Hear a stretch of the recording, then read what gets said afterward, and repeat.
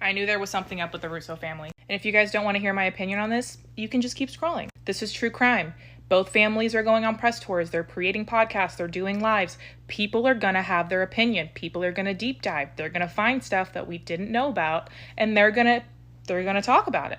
Bubba went on a girl's live the other day. I don't remember her name. If anybody remembers who she is, please tag her. But the stuff that Bubba was saying makes so much sense, because when I first started going into this case, nothing made any sense to me.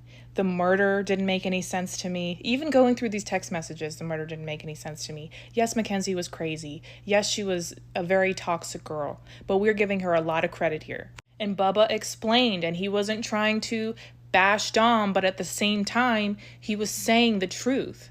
You guys need to go watch that live to know what I'm talking about. But people are starting to wake up because this case doesn't make any sense. And this girl is in prison for 15 years to life. Now, I don't believe she's innocent. She is exactly where she needs to be because she did kill 2 people. But for murder, you would think that Christine would want to hear Bubba's story. But instead, when she found out that he was going live and starting to share all the details, it didn't fit the narrative that she's been presenting everyone, so she decided she was going to try to get that live reported or banned. There are things about Dom that he talks about that I didn't even know about. There were certain things that him and Mackenzie were doing that wasn't just Mackenzie, it was him too, for money. Dom was already part of an investigation. The fall, the last video that I made, there was a fall in his house where a girl went to the ICU. It was a really, really terrible incident. And we saw in those text messages that he was constantly talking to his mom, and his mom was telling him to not talk to the cops, don't say anything, literally don't even comment on anything, don't share anything, don't talk about it at all. There is something off about this case. There is something off about the Russos. There is obviously something off about the Shirillas. Bubba mentioned that he doesn't want any clout from this. He made no money from that Netflix documentary.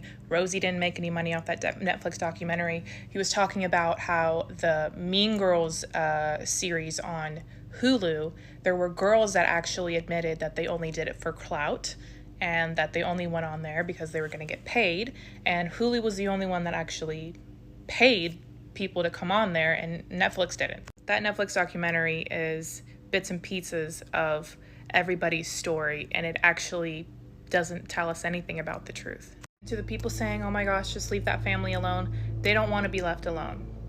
That's why they're doing interviews. That's why they're doing lives. That's why they're talking about the case. It would be different if they were just pushing Dom and Davion's law, but it's not just that, and I completely support that law, by the way. It's not just that. They're talking about the case. They're going around TikTok and trying to prevent people from finding things out because they don't want people to know certain things. This is more than just keeping a legacy alive. And before you guys come at me in the comments, no, this does not mean he deserved to die. This doesn't justify his death at all. This is true crime, okay? This is what happens when a Netflix documentary comes out or any true crime thing comes out. People deep dive.